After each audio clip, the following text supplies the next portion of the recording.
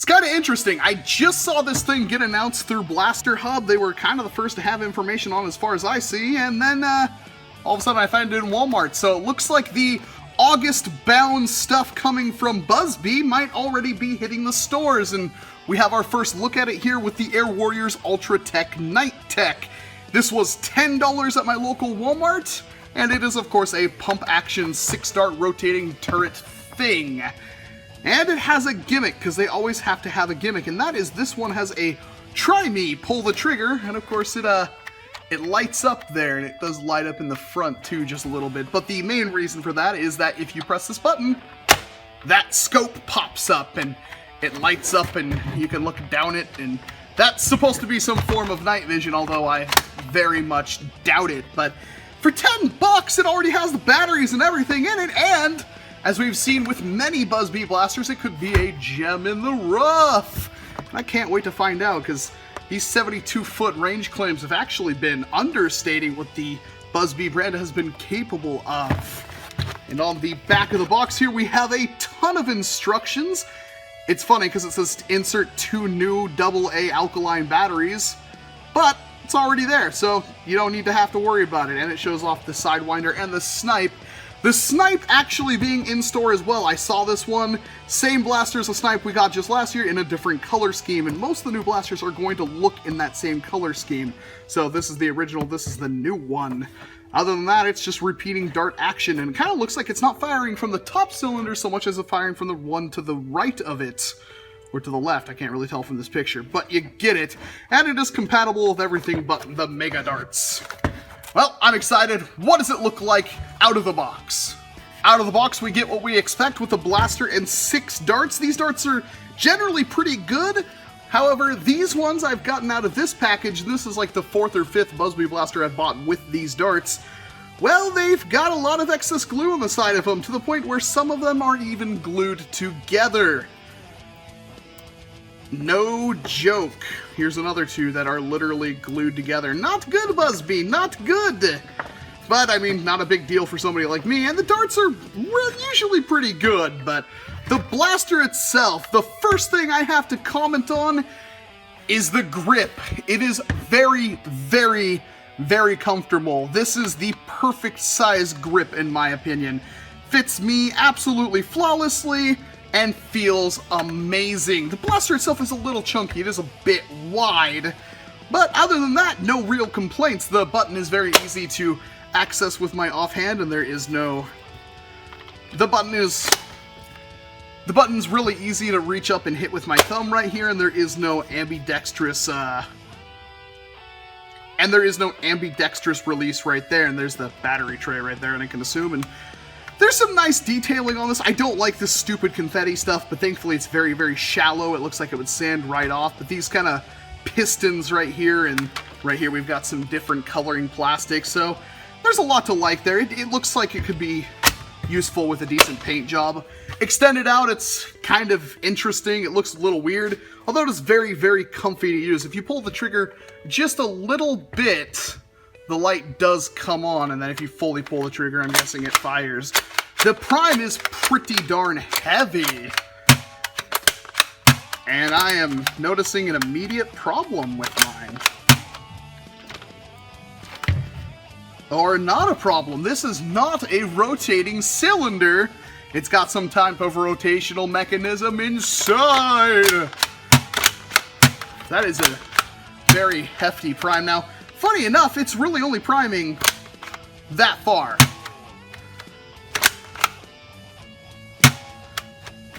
That's weird. There's a lot of space in here, but I'm guessing a lot of it was taken up with this light and its release mechanism, but what do I know? Let's test to see exactly how these work with the Buzzbee darts inside of it.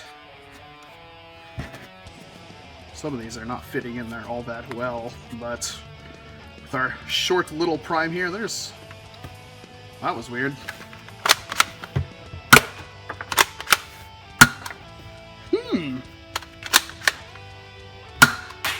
The ranges are pretty darn good. Definitely hitting up to that marks that it kind of claims. Not the most powerful thing in the world, but definitely not bad. And these are with these darts, so it might perform a bit better with other ones. And then you do have that crazy scope, which they jokingly call night vision. Of course, it isn't night vision, but it's just some green LEDs located on the top of it here, but still pretty interesting for how cheap it was. And the LEDs do shine on this piece of plastic. And when it is inside, they do kind of shine through the top barrel. But yeah, there's the way this thing works is a little interesting because it's got some kind of crazy internal mechanism that rotates when you prime it. So obviously the prime directive from here is to open it up and see what we get inside. Hopefully some surprises, hopefully something that says, hey, this thing can take a very powerful spring. We've got her open here, and I have to say these are the cheapest batteries in the world. They're not even properly sealed on the edges or anything like that. You could peel this right off. It's not even glued. But they're from our good old friends at Manco. We sell products and get into fights. Powered by Manco. That is hilarious. And there's already some kind of white dust on my fingers. I'm sure that's going to be healthy. These are the cheapest batteries I have ever seen. I've seen dollar store 4-packs that are better quality than those things. But inside we get... Uh-oh. Why are we not coming apart right up front? Is that thing not properly out? There we go. And we are greeted with some wires inside and a pretty tiny plunger tube. Although it is pretty wide. It's not all that bad, but that's our tiny draw right there into this very suspicious Nerf-looking air restrictor popper thing. That's kind of weird, dude. The spring is really beefy as well. So how this thing, the whole plunger tube actually rotates inside. Well, at least this is really easy to get to and remove the dart pegs if you so choose.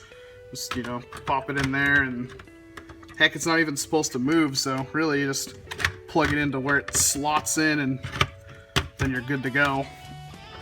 But yeah, this rotates with the prime from the arm, I'm guessing, when you pull it back, and rotates the entire plunger tube. And while it is a pretty large plunger tube, that is definitely weird. I'm not sure how much potential power this is going to have. They could have chosen a little bit better system to power this thing by, but you do you, Buzzbee, you do you. And then, of course, we got our catch release right here, which is powered by a very beefy spring. That is a very beefy spring. And then our crazy, yep, another whole mechanism to fling out this whole mechanism right here. Huh.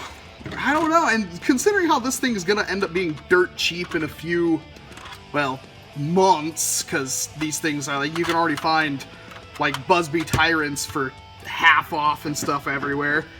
Not bad, not bad. For 10 bucks, it's got a neat little gimmick.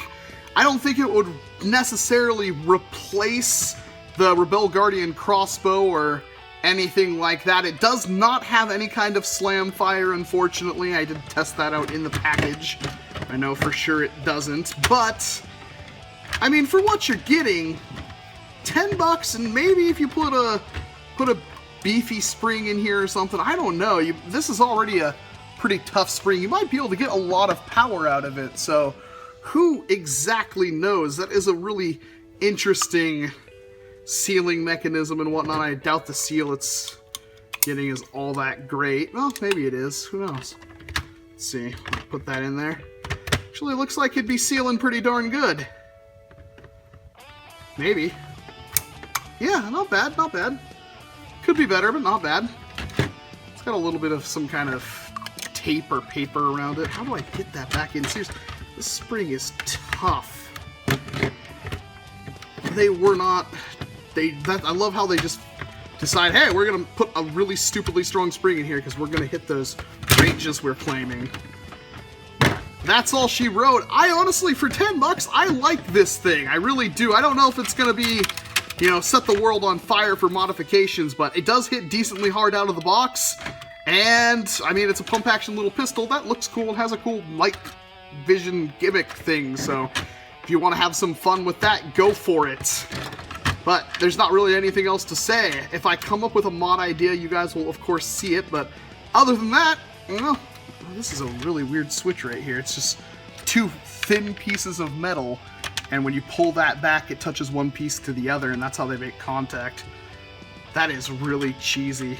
Look at that. It's so thin. Oh, that's funny. Well, that's about all she has to say, though. The Night Tech. Interesting little $10 blaster. Don't know exactly what all craziness it's worth, but I love to see new internals. We haven't exactly seen all that much. Here we have the magic rotating plunger tube. I'm Walcom S7. Thank you very much for watching this video, and I, of course, hope to see you in an entirely different one. I just want to point out, looking at this thing, there's no easy way of getting this spring off. There's no pin or anything up here. It's all pinned in the back on this arm. Heartbreaking.